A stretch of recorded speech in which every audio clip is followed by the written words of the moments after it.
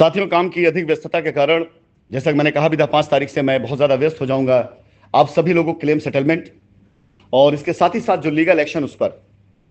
फिलहाल आज की मेरी वॉइस रिकॉर्डिंग 3 तरह के कस्टमर्स को सूचना देना है, जिसमें 3 तरह कस्टमर में 2 कस्टमर को मैं पहले भी कई बार संबोधित कर चुका हूं। एसोसिएट अकाउंट में पैसा दिए वो सारे कस्टमर जिनके पास लॉयल्टी पॉइंट और डिफरेंट तरह की रसीदें, जिनकी रसीदों में लिखे गए ट्रांजेक्शन उनके ट्रांजेक्शन मैच नहीं कर रहे हैं। दूसरा, 2019 के बाद की रजिस्ट्री वाले सारे कस्टमर जो डिस्प्यूट पीरियड में हैं। और आज मैं बात करूंगा खास करके उन सभी कस्टमर्स के लिए जिन पर पिछले साल यही दौर था जब हम लोगों ने काफी काम किया था। ऐसे कस्टमर जिन्होंने एफआईआर कराई और उसके बाद उनकी एफआईआरों पर जब गिरफ्तारियां हुई तो गलत तरीके से डॉक्यूमेंट्स तैयार करा करके कस्टमर को दिखा दिया गया कि उसे सब कुछ प्राप्त हो गया है और बेल करा दी गई। उनमें कुछ कस्टमर ऐसे हैं जिन्हें कुछ भी नहीं प्राप्त हो, उन्हें पता तक नहीं था, उन्हें मालूम तक नहीं था कि हाँ, उनकी एफआईआर पर बेल भी हो रही है। और आज की तारीख में वो डॉक्यूमेंट्स उनका रिकॉर्ड में मौजूद है। कोर्ट में बेल हुई है और बेल में उनका साइन किया गया पेपर लगा हुआ है जिसमें लिखा गया है कि उन्हें सब कुछ प्राप्त हो गया है, उनकी जमीन की रजिस्ट्री हो गई, उन्हें कब्जा मिल गया, वॉचएवर जो भी सारी चीजें। अब उस कस्टमर को ये बात नहीं पता है और वो क्लेम में अगर जा रहे हैं तो ये कानून की आंख में धूल झोंकना भी हुआ। और मैं आपको सूचना सिर्फ इसलिए दे रहा हूं इस बारे में क्योंकि हम कोर्ट में खड़े हैं लड़ने के लिए। हम ऐसे सभी केस पर नजर रखे हुए हैं। ऐसे सारे केस जिस पे इस तरह की बेल हुई हैं, उन सब की दस्तावेज, उन सब की कॉपियां हमारे पास निकल करके आ चुकी हैं। और सारे पेपरों का अवलोकन करने के बाद, देखने के बाद ये सूचना आपको दी जा रही, क्योंकि उन्हीं के आधार पर कुछ नोटिसें इशू की गई और उन नोटिसों का जो जवाब कुछ कस्टमर की तरफ से आया है जिन्होंने खुद को कानूनी दायरे में लाकर फंसा लिया है। लेकिन बहुत से कस्टमर हमारे ऐसे हैं जिन्हें पता तक नहीं है कि ये मामला किस लेवल पर है, कहां तक है। हमने उन्हें कोई नोटिस नहीं करी अभी, लेकिन हम एक पीआईएल जिसे लेकर के सुप्रीम कोर्ट में कुछ बाहर के लोग आ रहे हैं, उसमें भी रिकॉर्ड हम दे रहे हैं ब्यौरा, जहां सुप्रीम कोर्ट में मांग की जाएगी कि इस तरह के केस की खासकर इंक्वायरी की जाए ताकि कानून का जिस तरह से दुरुपयोग किया गया है वो सामने लाया जा सके। जाहिर सी बात है, वो सारी एफआईआरें, वो सारी बेलें, वो सारे दस्तावेज लगाए जाएंगे और वहीं से वो सारे पेपर माननीय उच्च न्यायालय इलाहाबाद में भी रखे जाएंगे कि एक बार इसका भी अवलोकन किया जाए और स्पेशल कोर्ट में भी डाले जाएंगे कि एक बार इनका अवलोकन किया जाए अगर क्लेम आता है तो। ये सारे पेपर इतने खतरनाक हैं कि इसमें पूरी तरीके से हर वो कस्टमर जिसकी जानकारी में भी नहीं था कि उसके एफआईआर पर बेल कराते हुए लोगों ने किस प्रकार से ब्लैकमेलिंग करी है। जैसे एक एफआईआर में संज्ञान में आया कि 3 अलग अलग लोग गिरफ्तार हुए थे और 3 के तीनों लोगों से वो पैसा लिया गया, यानी 3 गुना पैसा एफआईआर होल्डर को दिलाया गया। अब जब लोग गिरफ्तार हो गए तो अपनी बेल कराने के लिए सामने वाले के पास कोई रास्ता नहीं, तो अगर एक एफआईआर पे 5 लाख का अमाउंट लिखा हुआ है और 3 लोग गिरफ्तार हुए तो 5 लाख 3 लोगों से वसूला गया है।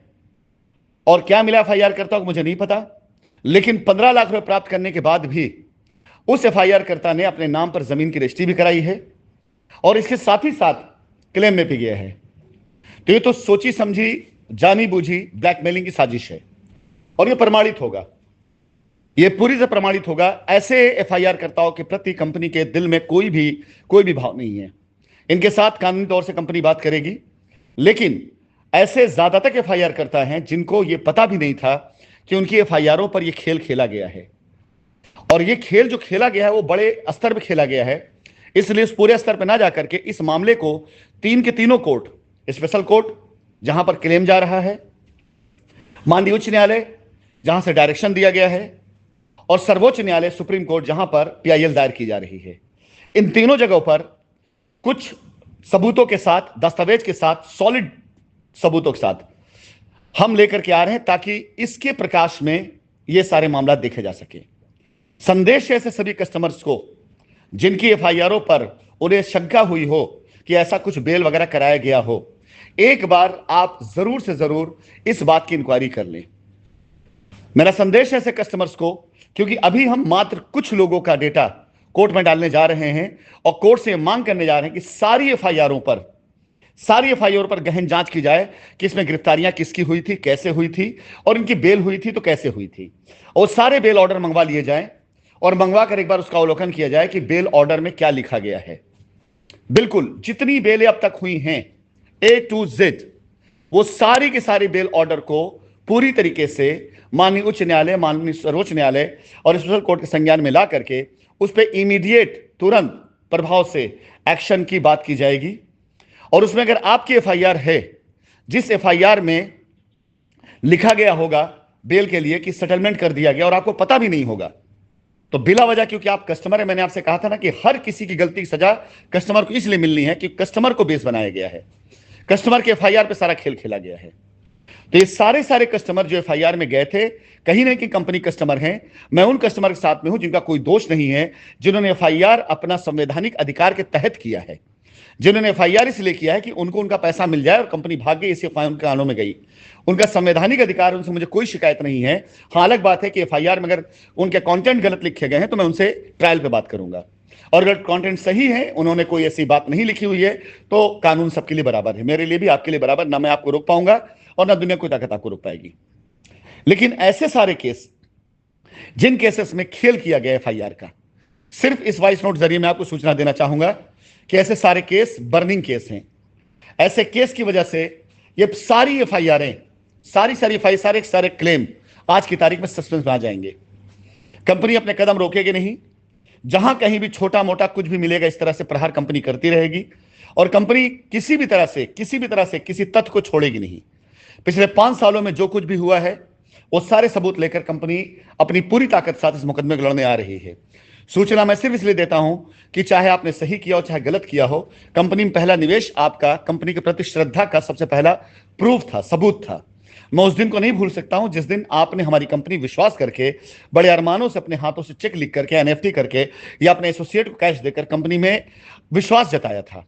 मैं उस दिन को नहीं भूल सकता हूं, और उसी दिन का मैं आज आपको सिला चुका रहा हूं कि आप कहीं फंसे ना। ये मेरा फर्ज था, दायित्व था अपनी वॉइस नोट के जरिए, और आप तक की मेरी आवाज पहुंच जाए।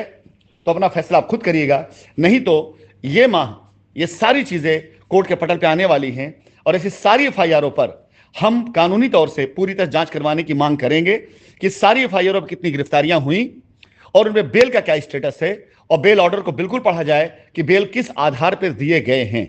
सेटलमेंट हुआ है तो सेटलमेंट किया किसने है, रजिस्ट्री हुई तो रजिस्ट्री करी किसने है, और क्या कस्टमर को सेटलमेंट का पैसा मिल गया, क्या कस्टमर को कब्जा मिल गया, क्या कस्टमर को रजिस्ट्री मिल गई। वो सारी चीजें इसमें मांग की जाएंगी, और मैं समझता हूं कि आप इतने समझदार हैं कि ऐसी मांग इनकार नहीं की जा सकती है। फिलहाल बाकी बचे 2 कस्टमर जो हमारे हैं, जिसमें 2019 के बाद की रजिस्ट्रियां हैं, और साथ ही साथ एसोसिएट अकाउंट में दिए पैसे वाले कस्टमर हैं, उन्हें सारे डायरेक्शन पहले दिए जा चुके हैं, उस पर काम चल भी रहा है, सभी को पता है। लेकिन फिलहाल आज की वॉइस नोट महत्वपूर्ण है ऐसी सभी एफआईआरों पर जिन पर बेल का खेल हुआ है।